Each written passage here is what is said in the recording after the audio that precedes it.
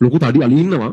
උංග ගැට ගහලා තියෙනවා මේ හීනි දන්වැල්. හරි. උගේ සයිස් එකේ හැටියට ඒක මේ නතින් උට. පොඩි කාලේ ඌ ඒ දන්වැල කඩන්න දන්න සෙල්ලම් සියල්ල දාන්නේ. මේක කඩන්න ගියොත් මගේ කකුල් ඔක්කොම තුවාල වෙලා නවතින්නේ. මේක කඩන්න බැරි එකක් කියලා එයා ලේබල් එකක් ගහ ගන්නවා. මේ ලේබල් අතිශය භයානකයි ඈ. ඔයාලගේ ඇති විවිධ ලේබල් සමහර ඒවා ඕගොල්ලෝ විසින් ගහගත්තුවා.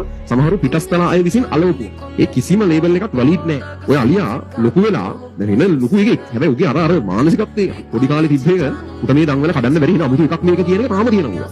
එහෙනම් ඌ ඒක කඩන්න try කරන්නේවත් නැහැ. පොඩි කාලේ සෑහෙන try කරා. බෑ. දැන් ඒ අලියා වෙන එකෙක්. දැන් ඌ ලොකු උට දැන් පුළුවන් ඕක කරන්න.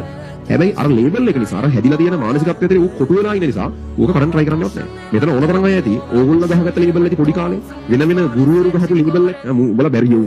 උට පාස් වෙන්නවත් බෑ. ඌ ෆේල්. ඌ මෝඩෙක්. ඒ ලේබල් වලට වළංගු භාවයක් දෙනවාද නැද්ද කියන එක තීරණය කරන්න ඕගොල්ලෝ. ඉස්සර මීට අවුරුද්දකට කලින් මීට මාස භාගකට කලින් හිටපු මිනිස්සු නෙවෙයි මේ ඉන්නේ. එක දවසක් තියෙනවා. එක දවසින් මිනිස්සු වෙනස් වෙන්න. ඕගොල්ලෝ විශ්වාස කරලා ගහලා තියෙන ලේබල් අයින් වෙන විදිහට ඔයාලට ඕන ලේබල් අලව ගන්න.